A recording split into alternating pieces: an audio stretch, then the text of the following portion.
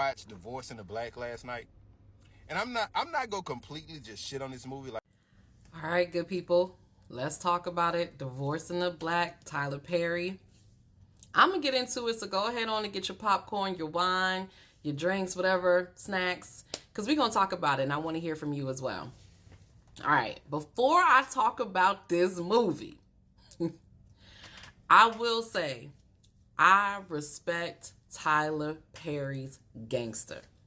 I respect his hustle. That man has worked hard. He deserves to be where he is. I like the fact that he has a cult-like following, that no matter how terrible his movies are, people will support him.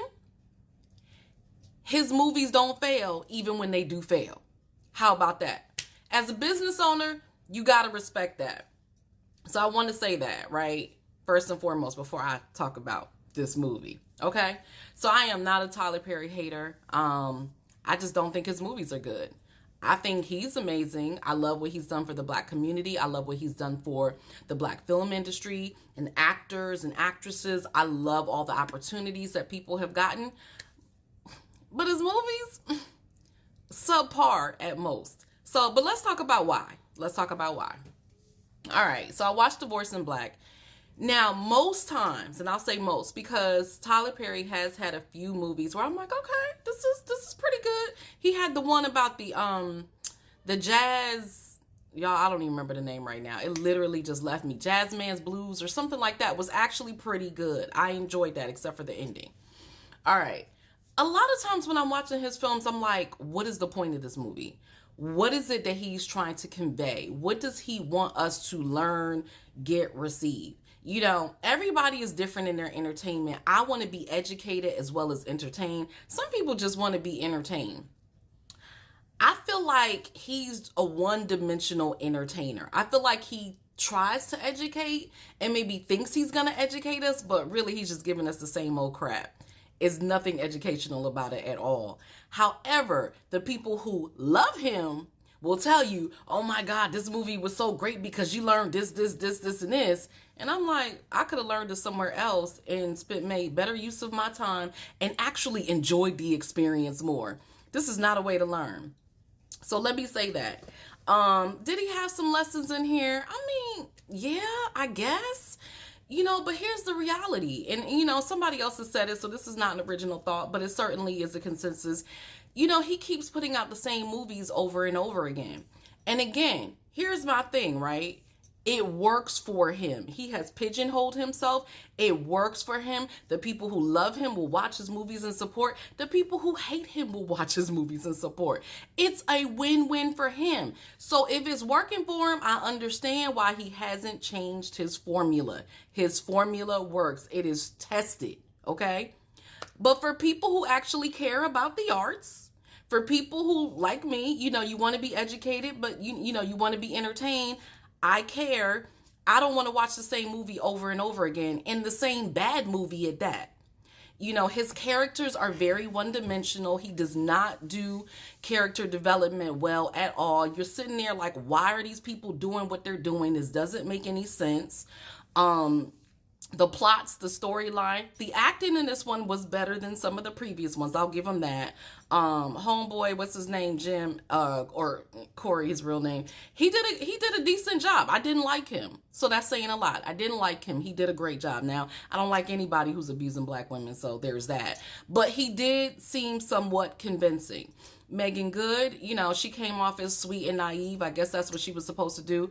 But like, why are all of his characters really making Black women look really sweet and stupid and naive? Like, I don't know these Black women. I'm sure they exist, but I don't know them. You know, even the Black women that I work with who need healing, who come to me and say, Avalaura, I know that I have issues and this is what I need help on.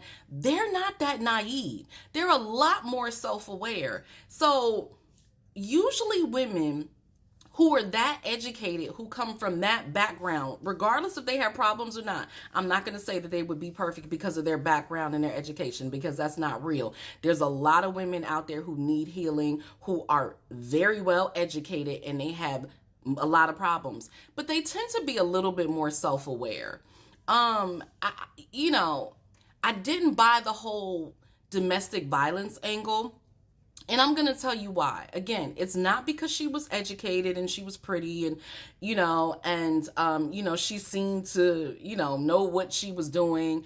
I understand that you can present well, have all of that, and have very low self-esteem, self-worth, and self-love. That's why I wrote my book, Girl, Get Your Effing Life. I am very clear about that. That is my client.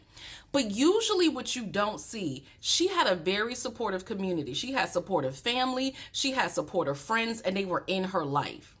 Usually when a woman is being abused, especially at that level, they are somewhat isolated from their friends and family. So I didn't buy that whole angle that she was being abused, and it didn't even make any sense. It was like, why is she putting up with this? And again, I'm not saying that because of who she is. I'm saying that because when you have your friends and your family and your community around you, you have a job that you like and all of these things, you tend to be a little bit more self-reflective. You tend to lean on other people a little bit more for help.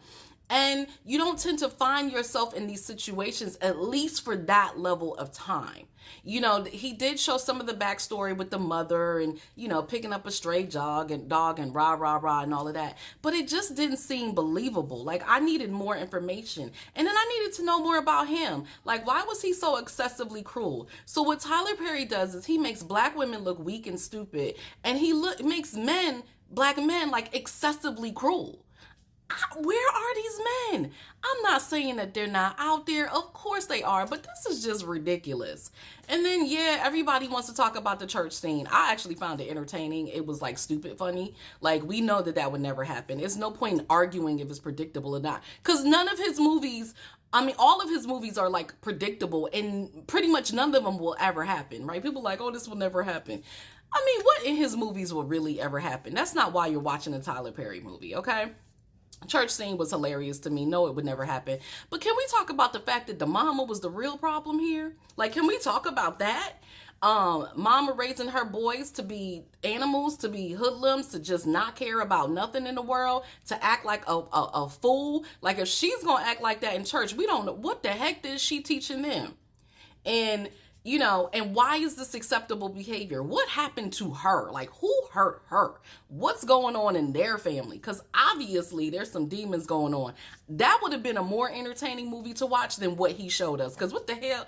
I don't even know what I watched. Like, what was the point of this movie? What was I supposed to learn? What was I supposed to get? Like, I was supposed to get, I guess once she became self-aware and realized he was abusing her and she loved herself, she fought back and killed a dude. Is that what I'm supposed to get?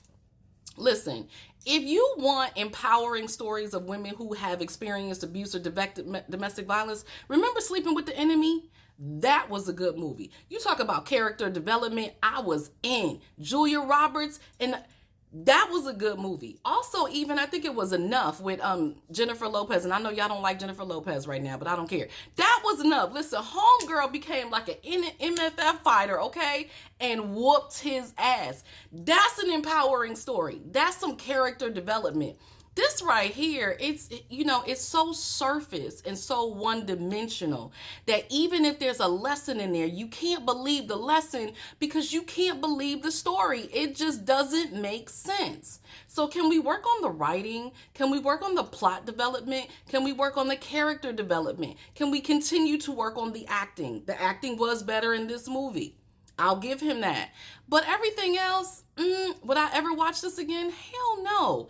And that leads me to my point. The only reason to watch a Tyler Perry movie is because everybody else is watching. And it's a community affair. And you get to talk about it. And you get to argue about it. You get to discuss. That's why you watch these movies. Not because you're going to learn anything. Not because you're going to be entertained. Not because they're going to be good. Because anytime I've watched these movies, I leave with like an empty feeling like, what did I just do? I just wasted 2 years of my life. What was the point of that? I feel like I was just assaulted. I feel like my energy was just disrupted. That's how I feel. So you're not watching for that. You're watching because of the community. You're watching for the culture. You're watching to say, okay, you know what? Maybe I'm going to support him. Not because it's good. And anybody thinking it's good, I'm going to just leave it at that. Let me know what y'all think. Discuss below. What did you think of this movie? Did you learn anything? Let's talk about it.